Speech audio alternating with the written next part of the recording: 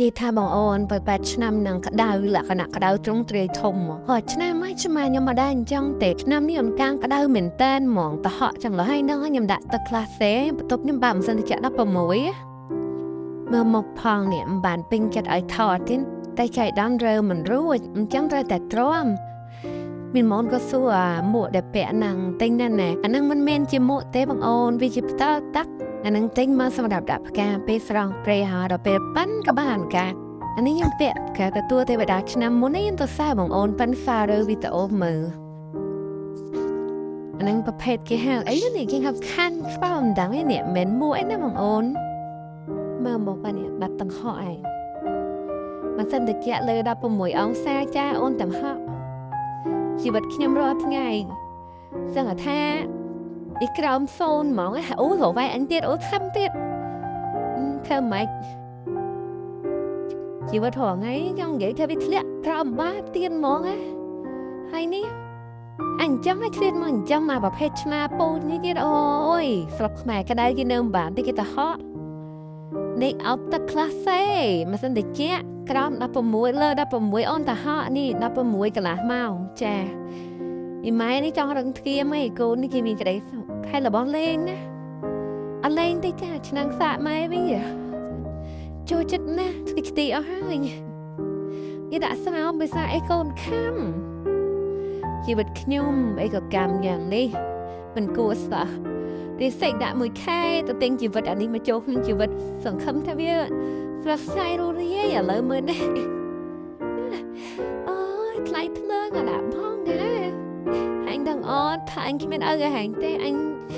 រឹកបំផ្លៃភ្លើងនេះហែងបើករងថ្ងៃចឹងមួយខែប្រហែលខែ5ប្រហែលខែហើយសុំជំនួយប្រកាសរកជំនួយសុំលុយបំផ្លៃភ្លើងណាគេខ្លះហ្វេននកាងសុំម្នាក់ព្រីបានអត់ណា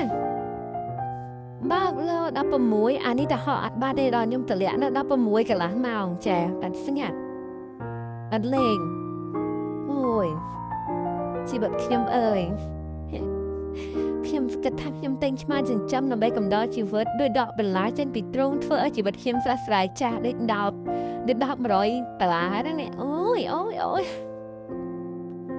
ម្សិលមិញខ្ញុំផនកាងតហក់វិក្តៅឃើញមានបងអូនខមមិនច្រើនសួរឆ្មាខ្ញុំឈឺមែនឲ្យនាំទៅពេទ្យអីចឹងឆ្មាខ្ញុំអត់មានឈឺអីទេបងអូនគាត់តែម្សិលមិញវិក្តៅពេកបន្ទប់ខ្ញុំធម្មតាខ្ញុំឡើងមកបើកម៉ាស៊ីនតិចទុកចោលមុនឲ្យតិចបន្ទប់បានយកវាឡើងតែថ្ងៃហ្នឹងឡើងមកតណាលគ្នាពេលចឹងទៅម៉ាស៊ីនតិចអត់តិចអញ្ចឹងវាតហក់ក្តាំ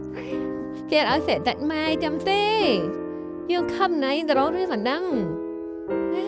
បងងសេដាក់ម៉ែនិយាយច្រើនណាស់ឥឡូវហ្នឹងហាអញនិយាយច្រើនចាស់ទៅល្អមែនហានេះនិយាយមួយម៉ែមុខមួយម៉ែអីខំគេអូយ